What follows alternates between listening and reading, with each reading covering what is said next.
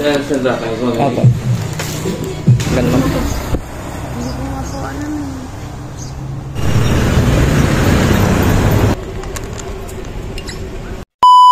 Good day mga paps, panibagong araw, panibagong kwento na naman na mapaparimyan ninyo sa akin. Ngayong araw nga pala ay pang-apat na araw natin na babiyahe kay Lalamove sa loob na isang linggo. May nakuha na nga pala akong booking dito sa Mission Rafael, Bulacan at pupunta itong Norsagaray, Bulacan. Ang delivery fee nga pala na ito ay 221 pesos. Hindi ko nga napansin mga paps na naka-saver pala ito, kaya pipilitin ko na masabayan natin ito na booking. Kaya tara mga paps, samahan nyo akong bumiyahe kay Lalamove. Tapusin nyo na rin itong video ko hanggang dulo para malaman nyo kung magkano kinita ko sa 4 na araw sa loob ng isang linggo. Daan-daan nga lang pala tayo dito mga paps, baka saraling makakuha tayo nakasabay. May nadaanan nga akong bakery dito kaya huminto na muna ako para magmerienda, para maghintay na rin ang booking na ating isasabay. Natapos na nga ako magmerienda rito kaya umalis na ako. Pero wala talaga tayong booking na makuhang kasabay. No choice kaya didiretso na natin ito sa drop-off. Pero takbong pogi lang tayo dito, baka sakaling makakuha tayo ng booking na kasabay. Dito nga ay medyo nasira na nga yung diskarte ko dahil nakarating na tayo rito sa may Norsagaray at tumawid pa tayo ng San Jose del Monte, Bulacan para lang makarating tayo sa drop-off ng Norsagaray, Bulacan. Dito pa lang ay sirang-sira na nga yung diskarte ko dahil may pipick upin pa sana tayong Bulaklop sa Dangwa. Dahil alamanin na nga yung oras ko pagdating sa Dangwa. Bago pa nga tayo dumating sa drop-off ay shoutout muna kay Joseph Adventure TV. Shoutout sa'yo paps, mabuhay ka hanggat gusto mo. Pagkalipas nga na isang oras mga paps ay nandito na rin tayo sa drop-off ng Norsagaray, Bulacan. Lalamove po ma. Sandra, Opo.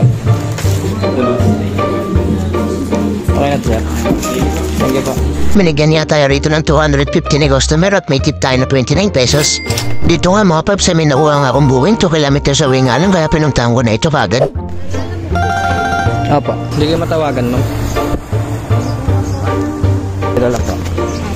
Yung delivery fee dun lang po. Nantayin ko lang po yung bayad. Hindi pa po bayad. Sige.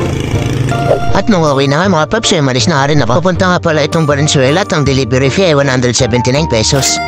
Kaya punta na tayo sa drop-off mga paps, let's go! Bago pa nga tayo dumating sa drop-off ng Valenzuela, may nakuha nga akong booking dito sa Malabon at papuntang San Paloc, Manila na may delivery fee 105 pesos. Pagka-pick up po nga nito mga paps ay pinunta ko na rin yung drop-off natin sa Valenzuela. 179.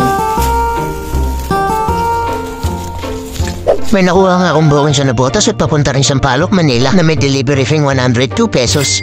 Kaya tara, punta na natin yan.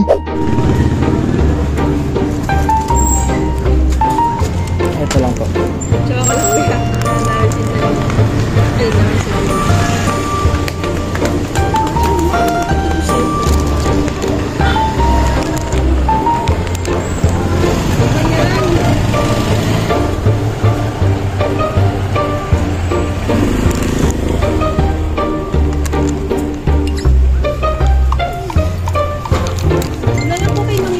Sige po.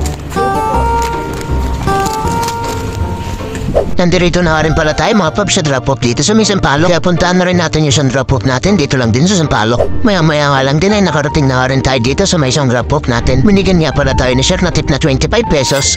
Nakapat na buhay nga lang pala tayo mga paps at kumita tayo ng 485 pesos. Labas na rin yan yung komisyon ni Lalamove mga paps. Pupunta nga rin pala tayo ng Malate para isabay sa pag-uwi silehan. Maya-maya nga lang din mga paps ay nandito na rin tayo sa may Malate.